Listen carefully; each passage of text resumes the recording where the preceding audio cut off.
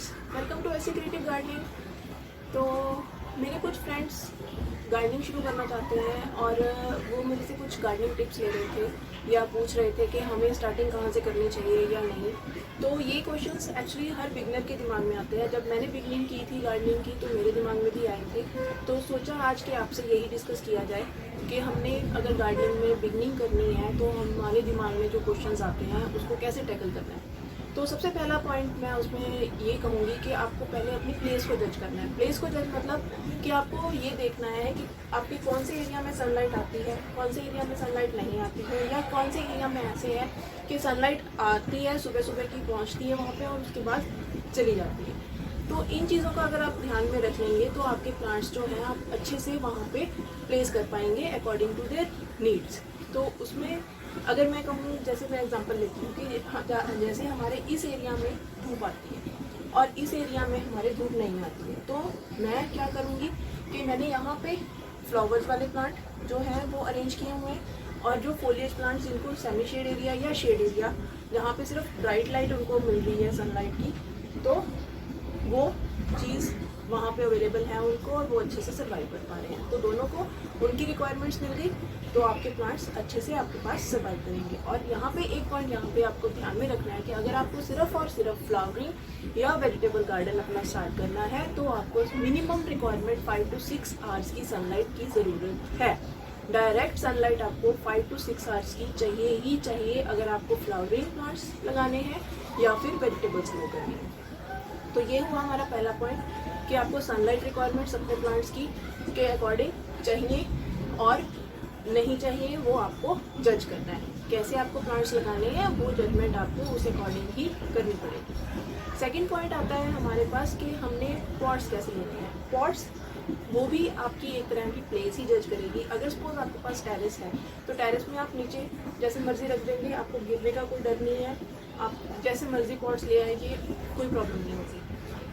शुरू में earthen pot से स्टार्ट कीजिए, वो ज़्यादा बेटर होते हैं अगर आप कोई भी प्लांट लगाना चाहते हैं।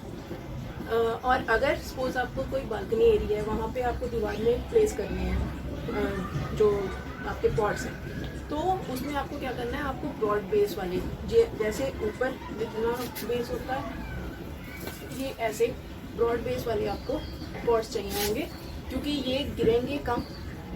और उसमें आपको ये ध्यान देना है कि वी शेप वाले जो पॉट्स होते हैं वो कम यूज़ कीजिए क्योंकि वो गिरने का ज़्यादा डर बना रहता है, क्योंकि एक तो उनका नीचे वाला पोर्शन जो है वो नैरो रहता है और इसलिए जब भी थोड़ा बहुत ब्रांचेस वगैरह हिलती है तो उन्हीं के बाहर से वो बेंड हो जाता है और नीचे गिरने का डर बना रहता है। तो इन चीज़ों को ध्यान रख के आपको पॉट्स लेने हैं। और अर्दन पॉट्स में वैसे आपके पास होल्स नीचे प्रॉपर ड्रेनेज होल्स होते हैं, उसको भी देखना है। और अगर इन केस आप प्लास्टिक पॉट्स यूज़ कर रहे हैं तो ऐसे नहीं है कि उसमें प्लांट्स नहीं चलेंगे, लेकिन उसमें थोड़ा सा ध्यान देना पड़ेगा क्योंकि उसमें इवेपोरेशन नहीं होती है, साइड से एरेशन नहीं होती है। तो इसमें आपको ओवर वाटरिंग का हमेशा ध्यान रखना है। अच्छे से मतलब उसके होल्स होने चाहिए नीचे, और नीचे आपको दोनों चीज़ों में ही पत्थर रखना ही रखना है होल्स के ऊपर ताकि अच्छे से ड्रेनेज बनी रहे। तो ये हुए पॉइंट्स पॉट्स सिलेक्ट करने में। और थर्ड हमारा आता है मिट्टी कैसे बनानी है।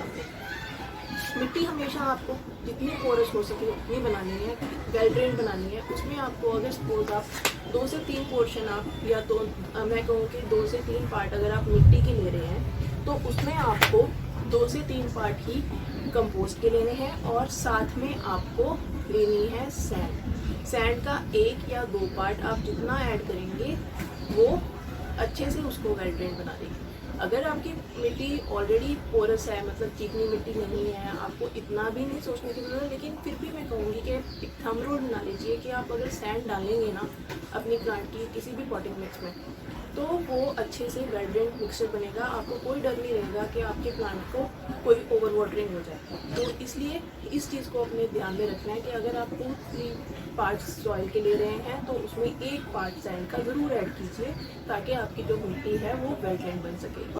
तो ये हुए पॉइंट्स हमारे मिट्टी के। और उसके बाद हमारा पॉइंट आता है कि आपको वाटरिंग कैसे करनी है और कब करनी है। वाटरिंग हमेशा प्लांट को तब करनी है जब आपने जैसे मिट्टी में हाथ लगाया, आपने उंगली लगाई, 2 उंगलियां आप डालिए बीच में, और अगर आपकी उंगलियां दोनों कोई गीलापन महसूस कर रही हैं या आपकी उंगलियां ऐसे गीली आ रही हैं मिट्टी के साथ, तो इसका मतलब उसमें ऑलरेडी पानी है, आपको देने की ज़रूरत नहीं है। और अगर आपकी उंगलियां दोनों सूखी आ रही हैं तो आपको उनको वाटर करना है। और वाटर भी हमेशा ऐसे नहीं है कि हमने ऊंचाई से करना है, क्योंकि ऊंचाई से अगर करेंगे हम तो आपकी रूट्स को खतरा बना रहेगा, क्योंकि वहाँ से वो मिट्टी जो है वो निकलेगी और वो बाहर भी पॉट से निकल सकती है। और अच्छे से अगर आपको वाटरिंग करनी है तो आपको एक तो साइड से करना है, जितना पास से आप कर सकते हैं, लेकिन प्रेशर के साथ बिल्कुल नहीं करना है। अगर आप पाइप भी यूज़ कर रहे हैं तो ऐसे नहीं है कि आपने झटके से नीचे मारी प्रेशर के साथ पाइप और आपने सारी मिट्टी उछाल दी या उसकी जो रूट्स हैं वो बाहर दिखने लगी। तो इन चीज़ों का आपको ध्यान देना है। और जैसे गर्मियों में आपके पास वो वाटर कैन नहीं भी है तो आपको सिंपल अपने हाथों से ऐसे थोड़ा थोड़ा छिड़काव कर देना है सारे पत्तों में। सिंपल वाटरिंग कैन भी बना सकते हैं, जैसे ये है, एक बॉटल लीजिए, उसमें होल्स करिए और उसको अच्छे से पानी प्लांट्स के ऊपर डाल दीजिए। हमारे पास पॉइंट, अगर हमारे प्लांट्स में कोई पेस्ट वगैरह का अटैक ना हो या हो तो उसमें क्या करना, उसमें कुछ नहीं करना। एक सबसे पहले तो आपको एक अनियन लेना है, थोड़ा सा बीच में गार्लिक डाल दीजिए, उन दोनों को ब्लेंड कर लीजिए और उसका एक स्मूथ पेस्ट बना के उसको ओवरनाइट रख दीजिए पानी में डाल के थोड़ा सा।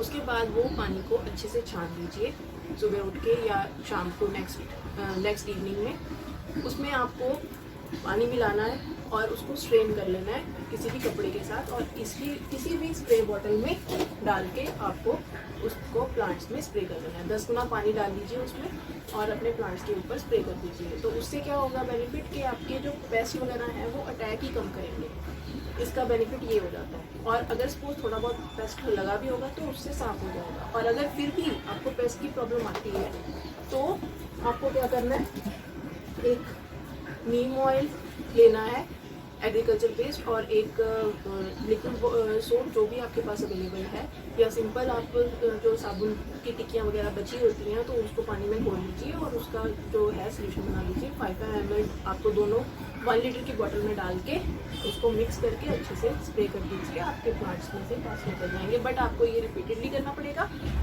2 से 3 बार एटलीस्ट, ताकि आपके पेस्ट कोई सब कुछ रिमूव हो जाए। ये हुए पॉइंट्स, और आपको बहुत ज़्यादा कोई टूल्स वगैरह की ज़्यादा ज़रूरत नहीं पड़ेगी स्टार्टिंग में। आपको सिर्फ एक खुरपी लेनी है और कोई भी एक, जैसे कोई स्क्रू ड्राइवर वगैरह आपके पास कोई ख़राब वगैरह पड़ा है या कोई सुआ वगैरह यूज़ करते हैं बर्फ़ वगैरह तोड़ने के लिए या वैसे, तो आपको वैसी चीज़ कोई लेनी है और हल्के से हाथों से पॉट की साइड में से गुड़ाई कर देनी है for aeration, for proper aeration. उससे बस ये है कि आपके प्लांट्स को अच्छे से अपनी हवा मिलती रहेगी, जिससे वो अच्छे से अपने न्यूट्रिएंट्स वगैरह सॉइल से लेते रहेंगे। तो आप कोई मिट्टी में काम कर रहे हैं तो इन्फेक्शन वगैरह कई बार होने के चांसेस होते हैं, तो वो चीज़ अवॉइड करने के लिए आप ग्लव्स ले सकते हैं। तो और प्लांट्स अब लेने कैसे हैं, लेने के लिए आपको प्लांट्स हमेशा ये ध्यान में रखना है कि आप थोड़े से छोटे साइज़ के प्लांट्स लीजिए, बहुत बड़े प्लांट्स एकदम से मत लेके आइए, क्योंकि उनको एक तो मेंटेनेंस की ज़्यादा ज़रूरत होगी और आपको बढ़ता हुआ नहीं देख पाएंगे उसको। तो उस चीज़ को अवॉइड करने के लिए आप छोटे से छोटा साइज़ लेके आएँ, ताकि आपको वो बढ़ता हुआ भी दिखे, आप उसको ग्रो होता हुआ देखें और अच्छे से आपको मज़ा भी आए उस चीज़ में। और गवर्नमेंट नर्सरी को ज़रूर विजिट कीजिए, क्योंकि नॉर्मल जो प्लांट्स होते हैं वो आपको रीज़नेबल रेट्स पे वहाँ पे काफ़ी अच्छे मिल जाते हैं। और ये चीज़ का ज़रूर ध्यान रखिए कि आपके दिमाग में ये एक पिक्चर क्लियर होनी चाहिए कि आपको प्लांट्स कैसे लगाने हैं, चाहे वो इंडोर हैं चाहे वो आउटडोर हैं। तो ये थी आज की सारी वीडियो, और अगर आपको ये वीडियो पसंद आई हो तो प्लीज़ लाइक कीजिए, सब्सक्राइब कीजिए और शेयर कीजिए। Bye, take care.